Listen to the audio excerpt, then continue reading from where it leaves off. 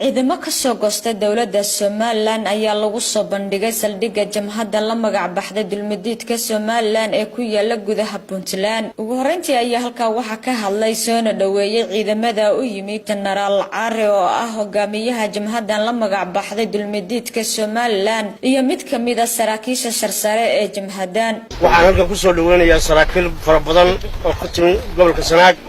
barigeeda iyo galbeedkeedaba ciidamada qaranka ka soo goostay ay yimaadeen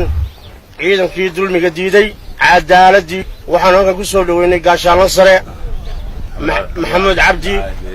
cali bile faarax maxamed jaamac bintaafiyo xasan cabdi faarax oo ahaa xubintii maamulka lacagta guutada 97 loo yaqaano koofiyada casa madaxii waaxda isgaarsiinta qaybta saddexaad aad baan ugu mahadcelinaynaa ku soo dhawaada ciidamadiinii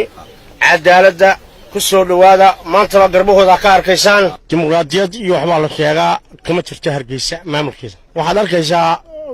maalin afraad waxa ku dhintay Khadar Maxamed Cali oo askari booliiska ahaa ayaa madaxa ka toogtay Allah ya raxmaan raxiimiin dilkaas foosha xun leh ee ninka madaxa laga toogtay aan cidna loo qaban aad buu xaaraan u yahay wixii dambe harsan waxa la soo gala ciidanka jihadda waxaan sheegaynaa in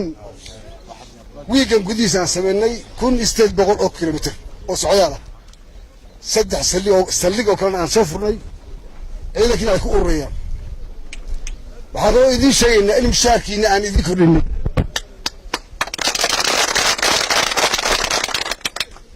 mushaarka la kordhiyay waxa ku xiga qalabkii oo la keeno iyo wixii la keeno ninka saad diyaar garoobo hal iska celiyo xukuumadan faashiga ah waxa uu iyaguna halka hadal ka qaatay saraakiishii ka soo goostay dhinaca Somaliland kuna soo biiray ciidamadan uu hogaamiyo Colonel Care cadaalada ku tahay wixii kale ay lusideen wax muuse sabastay banaanka inuu ka dhaafo saraakiisha ragga ciidankana waa salaamaya duurka ii joogay ana wada ku soo biiray anigu waa faarax maxamed jaamac ahaana madaxa waaxda isgaarsiinta qaybta saddexaad waxaana soo galay ciidamada cadaaladda anigu waxaan ahay xubintii maamulka lacagta 97 koofiyadaas la yiraahdo markaan u arkaysan waayo dulmiga iyo takoorka iyo cadaalad darrada taala bari iyo galbeed iyo Somaliland oo dhan sidaa darteed waxaan go'aansaday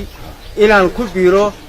jabhadda isbedel doon Khadra waa bari ciise CNA TV magaalada Qardho.